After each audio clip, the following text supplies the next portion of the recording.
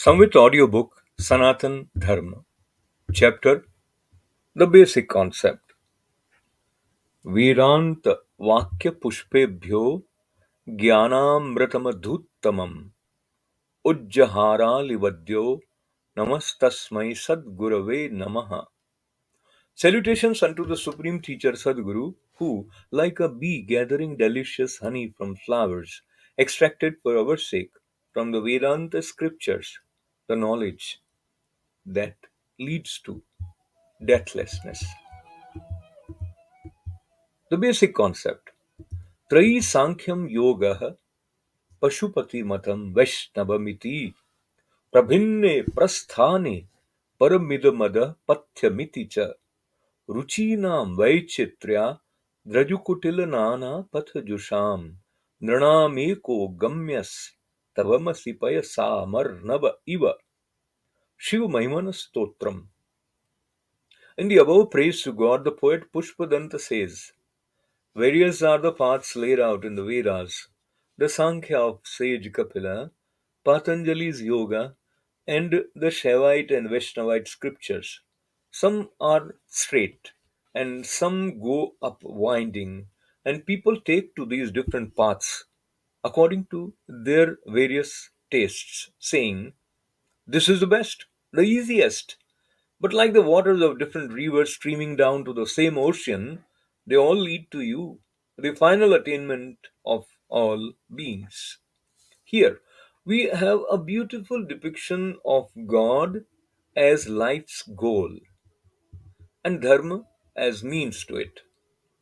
The drop of water that rises up from the ocean, lured by the kiss of sunbeam, must one day descend down to earth. Dashed amongst the rocks and driven into the ravines, it painfully seeks to go back home, the ocean of rest. Life is like this singing, surging stream. If we must suppose that creation is not a nightmare or the handiwork of a mad devil, then it must it has a purpose behind it. Each pulsation of life is resonant with that meaning and must lead to that harmonious end. But just as the waters should confine themselves to the course in between the banks, and the notes conform to the rhythmic sequence of the song, life too must follow a rule, lest it strays and be lost in the desert of meaningless activity and noise. This rule is dharma, and the fulfillment to which it leads is the attainment of God. For life emanates from God, the cause of all things, and must go back to God. Thus, we are forced to consider these two inevitable factors seriously. And of these two, here we are chiefly interested in dharma, which is the means immediate to us and concerned with our life. With such a vast thing as life for its field, and an incomparably precious thing as God, the supreme good for its fruit, dharma necessarily becomes an immense and intricate subject deserving particular care and wide capacities. We are, however, venturing now on a brief bird's eye view of it, pausing to study the prominent points here and there. At the outset, let's take the word dharma. Usually, it is translated as religion, which in English conveys the idea of a particular system of faith and worship or mental attitude towards superhuman forces or the condition of monasticism. This will more aptly apply to what we call mata. Dharma is entirely different. Dhriyate anena iti dharma. Dharma is that by which all this is supported. Thus, the very word indicates that dharma is the basis of all and is not confined to any particular act of worship or charity or service. Mahanarayana Upanishad explains how dharma is the most supreme.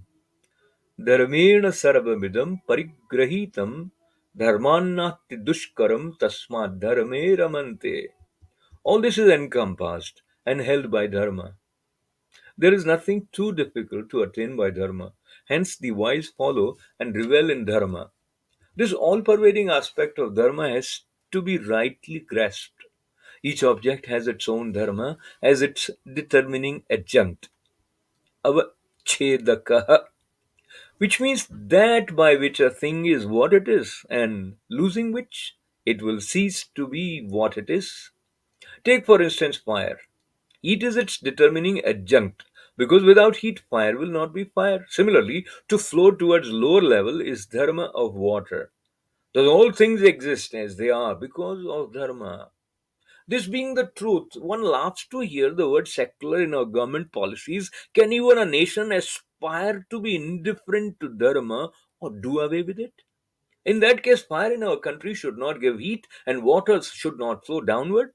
So the idea of secularism, dharma nirapekshata, is absurd. It only testifies to the fact that dharma is used in a very narrow, restricted sense and not in its real, fundamental, and all pervading aspect.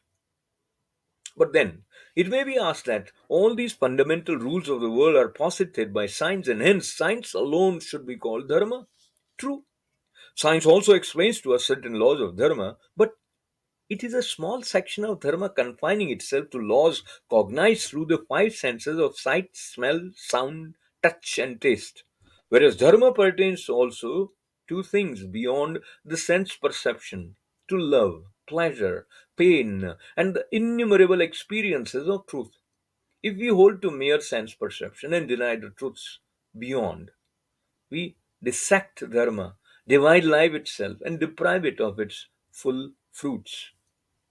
Hence, the great commentator Acharya Shankar in his introduction to the Gita Bhashya states, Vividohi Vedokto Dharma Pravrittilakshano Nivrittilakshanascha Praninam Sakshat Abhyudayanihi Shreyasa Hetuhu.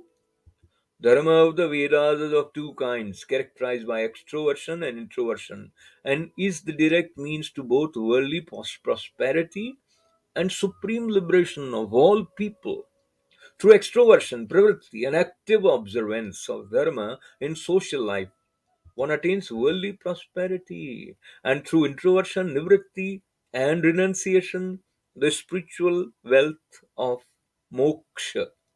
This double aspect of consequent double product of dharma is an important factor.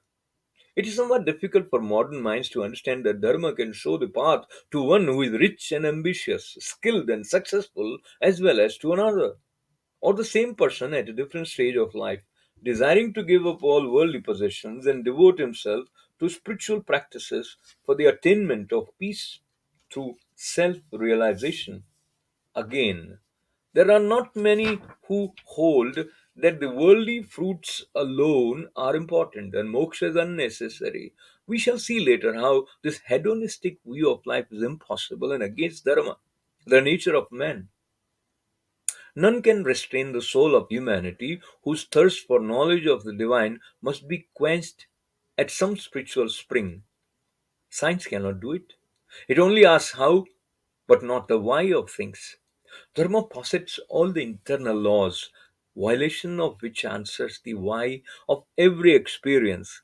And hence, Dharma can also show the means to higher experience, ending in the perfection of self realization. You are coming down a flight of stairs and take a false step. As a result, you fall and are bruised. Why did you fall? Science readily answers because you violated the law of gravitation. If further it is questioned, why did you get bruised now, whereas in many similar falls in the past you remained unhurt? Science is silent. Here, Dharma steps in and says, you must have violated your Dharma and hence had to suffer this pain. Now, in flying an aircraft, you overcome the law of gravitation by following the laws of flying, which are offshoots of the same science. Here, there is no violation. Similarly, by lying, cheating, killing, etc., you violate the internal dharma binding the universe and suffer. And hence must overcome these tendencies by practicing truthfulness, straightforwardness, non-violence, etc., in all your actions. But a stage comes when even these actions are given up. The laws of good and evil fruits of actions are transcended through the laws of renunciation.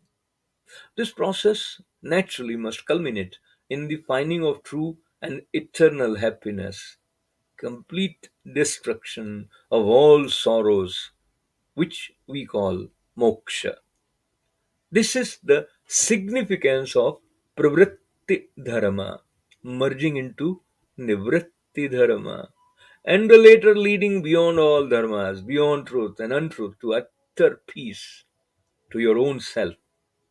For the nearer you go towards the center of a wheel, the lesser the movement. In the center of the axle, there is perfect stillness.